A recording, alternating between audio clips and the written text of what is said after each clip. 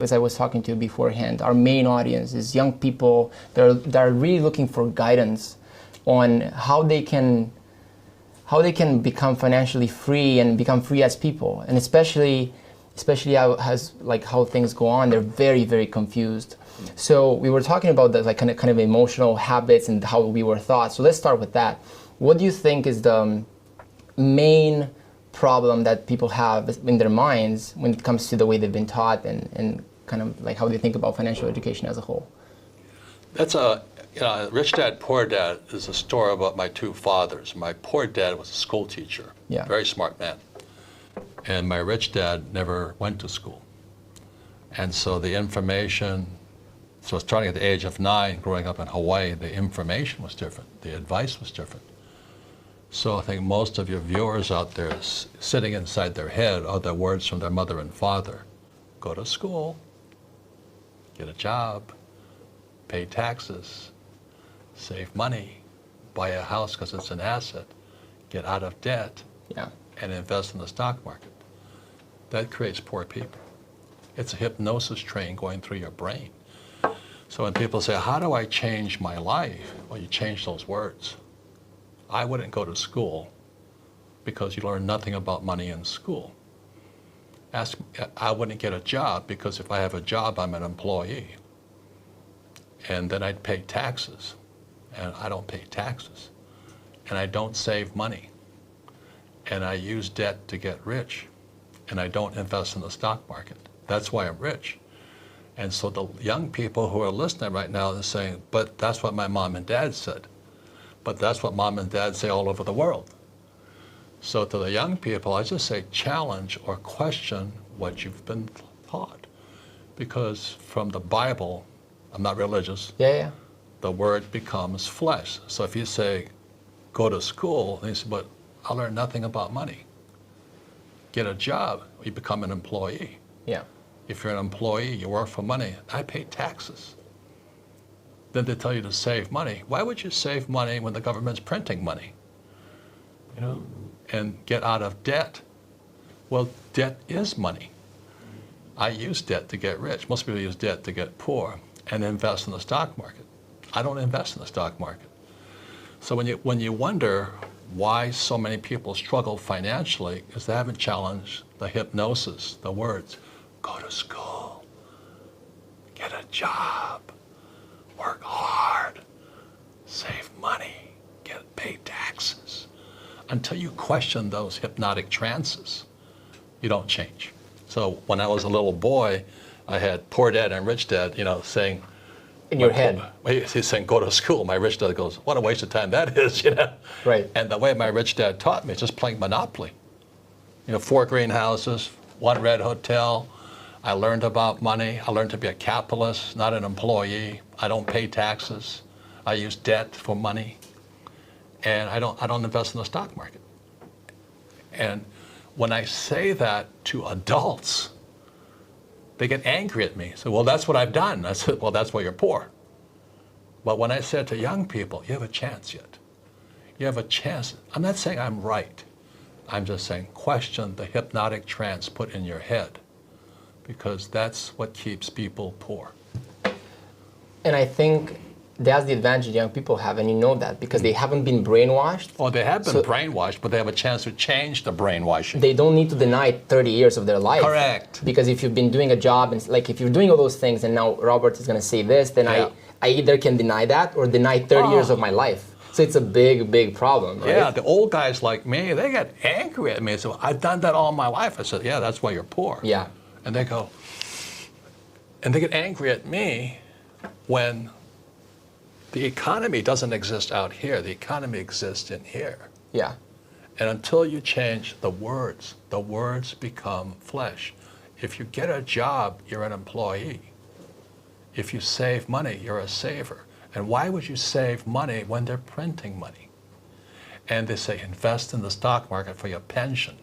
Well, why would you do that? Because that's how they get your money. And get out of debt when guys like me are using debt as money. So question it, that's all I'm saying.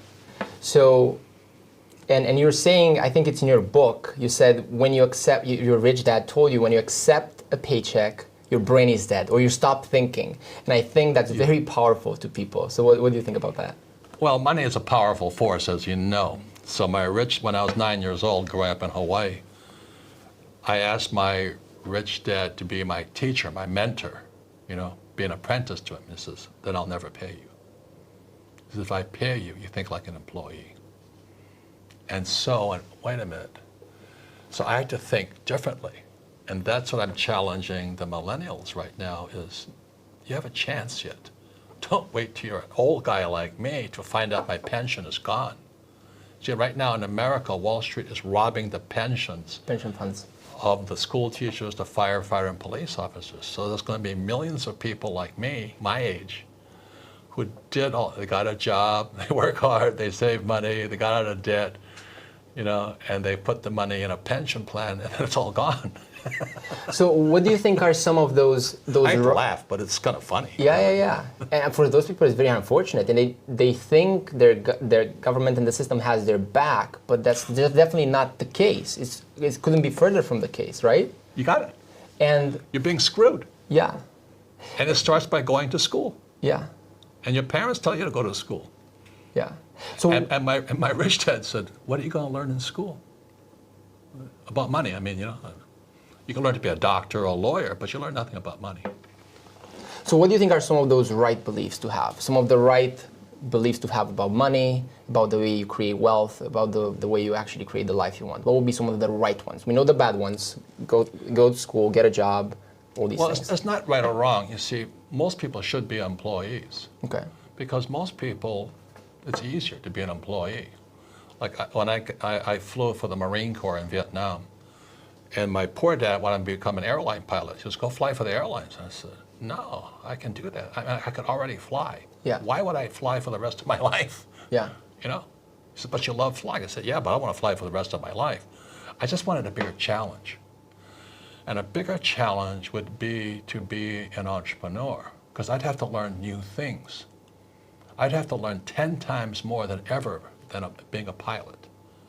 So for me, it was right for me to become an entrepreneur because I was really interested in learning about money and business and economics and all this. But most employees aren't. So for most people who are employees, they should get a job, work hard, save money, pay your taxes and all that. But entrepreneurs don't pay taxes. We don't save money. We use debt as money. And everything's different. And I don't invest in the stock market. But I had to pay the price, which was get my own education, not the stuff they teach you in school. So how do you know that you're meant to be an entrepreneur? Is there something that you need to feel? Is there something that you need to do? It can be trained to anybody. Like you said, not everybody needs. Some people are meant to be employees and want to do that, actually. They don't want to. Most people want to be employees. Okay. They want the paycheck and they want the pension. They want security. And I don't blame them. Yeah. But many people today don't have that choice. If you lose your job, like my poor dad eventually lost his job. And then he realized going to school, getting a job didn't help him. He had a PhD. He didn't have the skills for the world. He stepped out of the academic world and onto the streets. The cats ate him alive out there. Most school teachers cannot survive in the real world. Not in my world, at least, because they don't have the mental strength, spiritual strength, emotional strength, or the education to sustain the battles of being an entrepreneur. I have international businesses, thousands of employees. A school teacher, they don't have that. They don't want that. But unfortunately, with artificial intelligence coming and replacing more and more people, soon Uber drivers will be out of jobs too.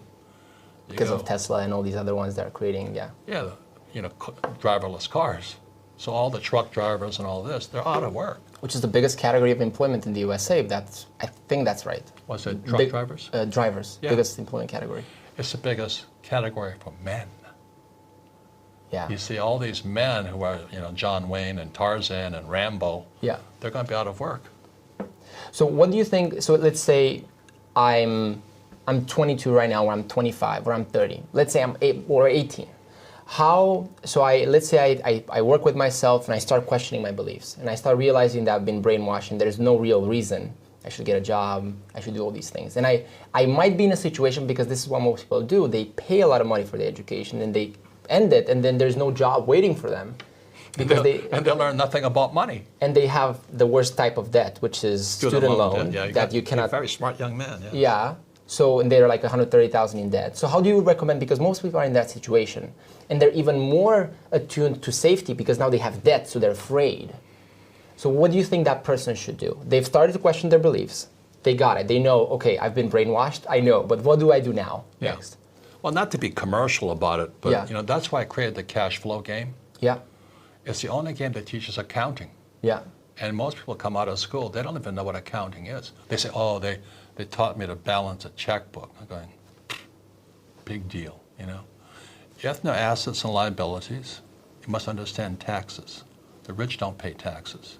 Yeah. And the rich use debt as money. So the question is, that's what I had to do when I was in my 20s. I said, how is it the rich learn to use debt as money? That's a challenge. And the brain goes, because it doesn't make sense. Yeah, it doesn't. Yeah, you got it.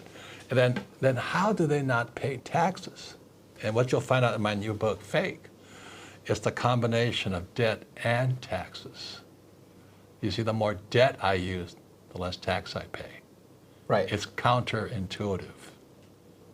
And that works because you're creating jobs, or why is that working? Well, there's many reasons, okay. And that's why I have the best tax advisors. The biggest thing for most young people is that our schools teach us to be ICs, independent contractors, okay. or self-employed, or even if you're an employee, you're still an independent contractor who has a job. And you do it by yourself. I think much of the young world is in the selfie world. Look at me, look at me, yeah. look at me. Whereas in my world, it's a team sport. I'm a rugby player. I go on the field with a team, toughest, meanest guys I know. And so you could be the A student from Princeton,